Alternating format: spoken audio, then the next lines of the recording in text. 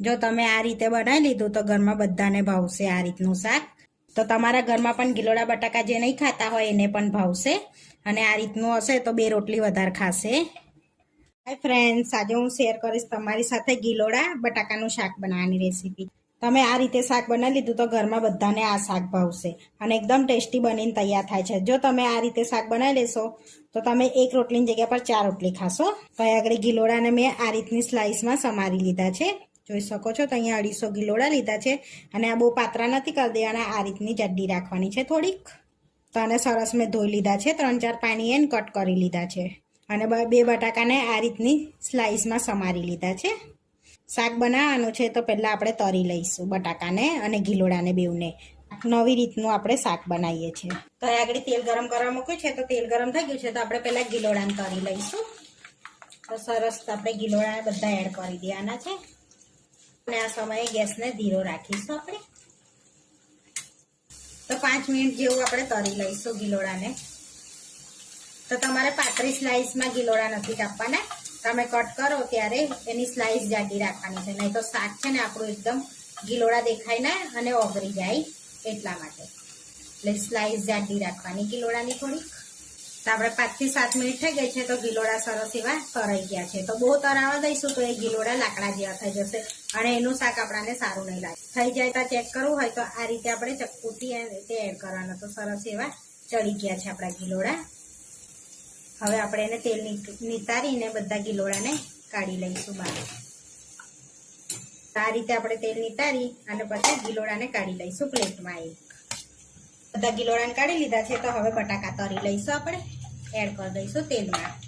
આ રીતે બધા બટાકા એડ કરી દેવાના છે અને એને બી 5 મિનિટ માટે તરાવા દઈશું. 5 થી 7 મિનિટ એને પણ ધીમા તાપે આપણે તરાવા દેવાના છે એટલે સરસ બટાકા ચડી જાય આપણે. હવે આપણા બટાકા ચડે છે ત્યાં સુધી આપણે મસાલો કરી લઈએ.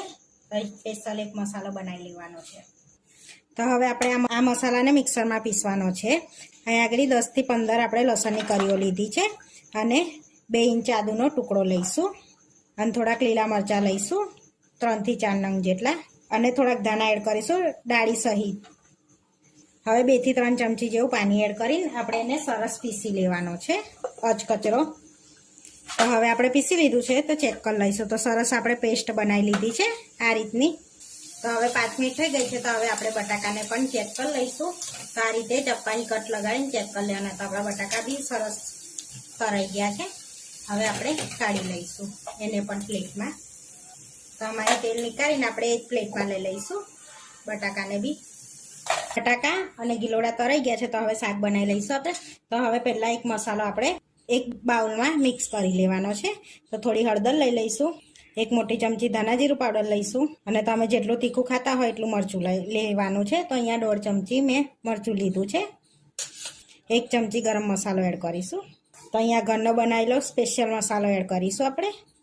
હવે આપણે એની અંદર થોડુંક પાણી એડ કરવાનું છે જેથી આપણા બધા મસાલા બળી ના જાય ને એટલા માટે આ રીતનું મિક્સ કરી લેવાનું છે. એટલે બધું આ રીતનો મસાલો રેડી થઈ ગયો છે, જોઈ શકો છો. હવે આપણે શાક વઘારી લઈશું. તો હવે જે કઢાઈમાં આપણે તરી લીધા હતા ગિલોડાને એવું એમાં થોડુંક તેલ કાઢીને થોડુંક રવા દીધું છે. હવે આપણે તેલ ગરમ થઈ ગયું છે, થોડી રાઈ એડ કરી દઈશું અને જીરું એડ કરીશું. આ બેને સરસ તતડવા દઈશું. રાઈ જીરું તતડી ગયું, થોડી હિંગ એડ કરી દઈશું આપણે એની અંદર. હવે એની અંદર એડ કરીશું ગ્રીન મસાલો જે બનાવ્યો છે આપણે એ અને બધું મિક્સ કરી દઈશું આપણે. ધીમા તાપે એને શેકી લઈશું પહેલાં.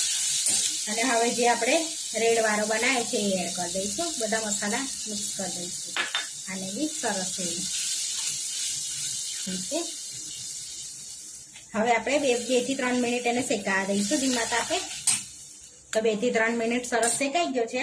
તો હવે એની અંદર આપણે તલ ને સિંગદાણાનો ભૂકો એડ કરવાનો છે. તો અહીંયા આગળ 1.5 ચમચી મેં એ સિંગદાણા, 1 ચમચી તલનો ભૂકો એડ કર્યો છે. તેને પણ મિક્સ કરી દઈશું આપણે પહેલાં સરસ એવું.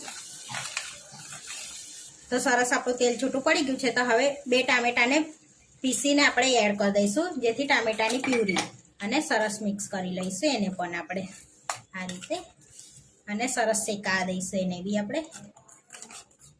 હવે સ્વાદ પ્રમાણે મીઠું એડ કરી દઈશું. તો આપણે ગિલોડામાં એમાં નથી કર્યું એટલે મસાલામાં એડ કરી દઈશું અને સરસ તેલ છૂટું પડે ને ત્યાં સુધી આપણે આ મસાલાને શેકી લેવાનો છે. તો આપણે મસાલો સરસ શેકાઈ ગયો છે, જોઈ શકો છો તેલ છૂટું પડી ગયું છે. હવે બટાકા ને ગિલોડા એડ કરી દઈશું આપણે અંદર અને મિક્સ કરી લઈશું સરસ એવું બધું. હવે એની અંદર 3 ચમચી જેવું પાણી એડ કરી દઈશું અને મિક્સ કરી લઈશું બધું સરસ એવું. હવે ઢાંકીને 2 થી 3 મિનિટ માટે થવા દઈશું. હવે 2 મિનિટ થઈ ગઈ છે તો ચેક કરી લઈશું આપણે શાકને. આપણું સરસ મિક્સ કરી લઈશું. તેલ પણ છૂટું પડી ગયું છે, જોઈ શકો છો શાકમાં. હવે ઉપરથી આપણે ધાણા એડ કરી દઈશું. તો 2 ચમચી જેવા ધાણા એડ કરીશું અને મિક્સ કરી લઈશું. આપણું ગિલોડા બટાકાનું શાક બનીને તો આપણે શાક રેડી થઈ ગયું છે ગિલોડા બટાકાનું. હવે સર્વ કરી લઈશું આપણે. ગેસને બંધ કરી દઈશું. તો એકદમ પરફેક્ટ આપણું ગ્રેવીવાળું શાક ગિલોડા બટાકાનું બનીને રેડી થઈ ગયું છે. જો તમે આ રીતે બનાવી લીધું તો ઘરમાં બધાને ભાવશે આ રીતનું શાક. એકદમ પરફેક્ટ રીતે આપણે ગ્રેવીવાળું શાક બનાવી લીધું છે. તો તમારા ઘરમાં પણ ગિલોડા બટાકા જે નહીં ખાતા હોય એને પણ ભાવશે અને આ રીતનું હશે તો 2 રોટલી વધારે ખાશે. તો એકદમ ટેસ્ટી શાક બનીને રેડી થાય છે. તો ઉપરથી ધાણા આપણે સ્પ્રિંકલ કરી લઈશું થોડાક. અહીંયા આગળ ગરમ ગરમ રોટલી જોડે આપણે સર્વ કરીએ છીએ. તો એકદમ ટેસ્ટી એવું ગ્રેવીવાળું ગિલોડા બટાકાનું શાક બનીને રેડી થઈ ગયું છે. આવા વિડીયો જોવા માટે મારી ચેનલને સબસ્ક્રાઈબ કરો, લાઇક કરો અને શેર કરો અને તમે જરૂરથી ટ્રાય કરજો અને ચોક્કસથી ટ્રાય કરજો. આ શાક ટ્રાય કરવા જેવું છે. ફરી મળીશું નવા વિડીયોમાં. કોમેન્ટ કરીને જરૂરથી જણાવજો કે તમને આ મારી રેસીપી કેવી લાગી.